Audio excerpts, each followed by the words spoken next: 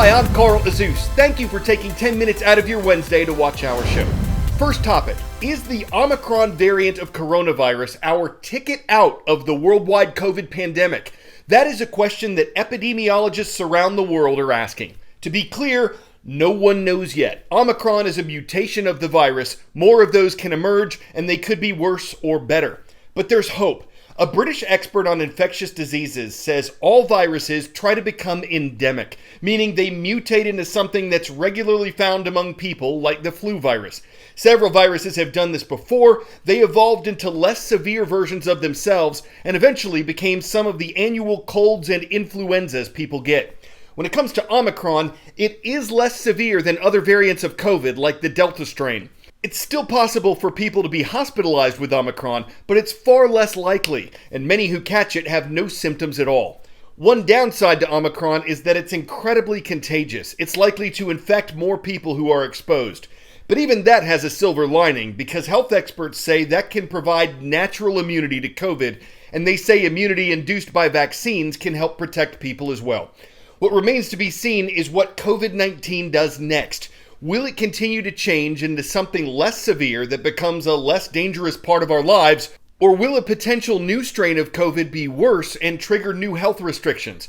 There have been large protests around the world about the ones currently in place, but some countries are hopeful the worst is behind them, and they're moving toward easing or removing their COVID rules altogether. China is not one of these countries. It has some of the strictest virus rules in the world, and as its capital of Beijing prepares to host the Olympics starting next Friday, the city of 21 million has confirmed at least 67 cases of COVID in a recent outbreak. Most of those cases were identified as the Delta variant. The government says 6 were caused by Omicron. But for the thousands of athletes preparing to compete in Beijing in less than 2 weeks, the fear of a positive COVID test is now tightly tied to their Olympic dream. For Winter Olympic athletes, just getting to Beijing is as nerve-wracking as competing for gold. Nearly 3,000 athletes will be gathering under the world's strictest COVID countermeasures. They've trained their entire careers for this moment, but a positive COVID test could derail it all. One positive test is just going to do us in at this point. It's super stressful. I didn't know that I really struggled with anxiety, to be totally honest, until the past couple months. U.S. mogul skier Hannah Soares and her teammates have been isolating in Utah for the past month. They live in separate homes, socially distance on the mountains, order groceries for delivery. No one's looked at each other in the eyes. I haven't literally been inside anywhere besides this house for the past month. Soares even wears a KN95 mask under her neck warmer on the slopes. And so I just treat everyone like they have COVID, and it creates a lot of anxiety in my life, but hopefully it gets me to China. Athletes have to test negative for COVID twice before boarding a plane, once within 96 hours and another within 72 hours before departure, then daily tests in Beijing. Organizers are relying on sensitive PCR tests, which means recently recovered but healthy athletes could potentially be isolated or barred from competing.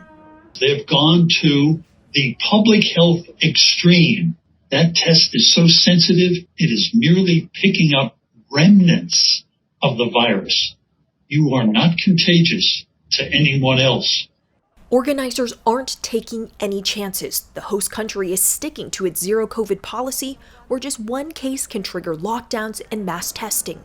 During the Tokyo Summer Olympics here, 41 athletes tested positive for COVID. At least 24 had to withdraw from competition. Now with Omicron and even stricter rules at the Beijing Games, it's inevitable some athletes are going to lose their chance to compete. A positive test could send an athlete into isolation at a facility in China until they get 2 consecutive negative tests, which experts say could take weeks. Olympians will be completely separate from the rest of China, part of what organizers are calling a closed-loop system, multiple bubbles connected by dedicated shuttles. Then there's the mountainous venues, Yanqing and Zhangjiakou, north of Beijing, all connected by high-speed rails.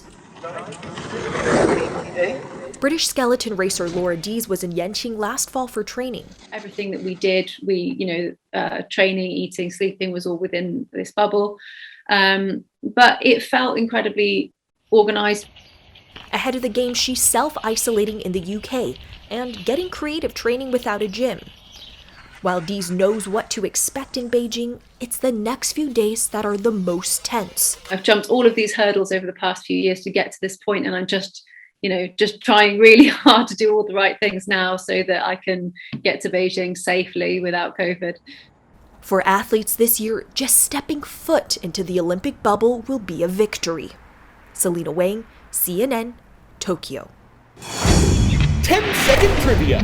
In February 1961, James Webb was appointed as NASA administrator by what U.S. president? Dwight D. Eisenhower, John F. Kennedy, Lyndon Johnson, or Richard Nixon? It was President Kennedy who appointed Webb in 1961, not long after Kennedy was inaugurated. Webb said he didn't think he was the best person for the job. He wasn't an engineer or a scientist. But President Kennedy thought he'd be good at handling the policy side of NASA. And Webb oversaw the agency for more than 7 years in advance of the moon landing. He's the namesake of the James Webb Space Telescope. NASA launched it on Christmas Day, and it just reached its orbit this week. That orbit is around the sun. The Webb telescope is 1 million miles away from Earth. And scientists say that position will give it an advantage over the Hubble telescope because that instrument, which does orbit the Earth, is constantly moving in and out of the planet's shadow. Webb's location should give it a more unimpeded view, and its technology, Webb is an infrared telescope, that should help it detect the faintest signals of light from the distant universe. The spacecraft cost $10 billion. It'll be adjusting its instruments in the months ahead and is expected to start sending its first pictures back to Earth this summer.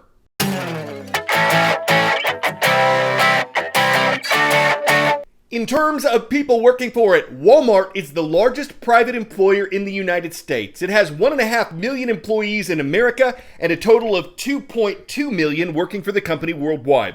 In the 2021 fiscal year, the company's revenue was $559 billion, and a boy who's less than 2 years old recently helped with that. Can I have my phone, please?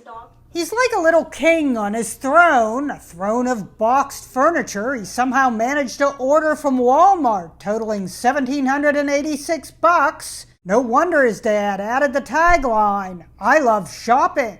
My wife was thinking that I did it, but then I was thinking that she did it. It turns out he did it. His mom had placed a dozen or so chairs in her Walmart shopping cart, intending to pick out a couple later. But 22-month-old Ayansh Kumar ordered everything using his mom's phone. His parents didn't realize until... The people are coming with the boxes, large boxes, and they were just dropping. So 1 box came, 2 box came. Now there's a giant pile of boxes at their Monmouth Junction, New Jersey home, unopened because they hope to return most of it. Walmart seems willing. Yeah, customer service person, she was laughing so much. Oh my God. But they won't return everything. So we are thinking to keep few items as a memory. A little souvenir of his first shopping spree. Yeah, first shopping, yeah. The Kumars removed their debit card from the account, so Ayansh can't do any more damage. As for the $1,786... Well, you got a lot of chairs for that. Yeah, I know. Do you want some? They're even letting the neighbors know that this is the home of the world-famous New Jersey toddler and little rock star. When someday their son hears, "Attention Walmart shoppers," that means you, kid, perhaps the youngest Walmart shopper. Ginny Mose, CNN, New York. Attention Walmart shoppers, maybe it seems time we should give that kid some more limited screen time. Empty out the cart and shut down the cell phone. Someone that, while smart, will order you more new home furnishings, burnishing his reputation. As a savvy shopper, despite high inflation, he'll target your device, so you better Costco get it, lest he leave you nothing else left to debit or to credit. All right, Indianola, Iowa is our last stop today. Want to give a shout out to you, our viewers at Indianola High School. Thank you for watching. I'm Carl Azus for CNN.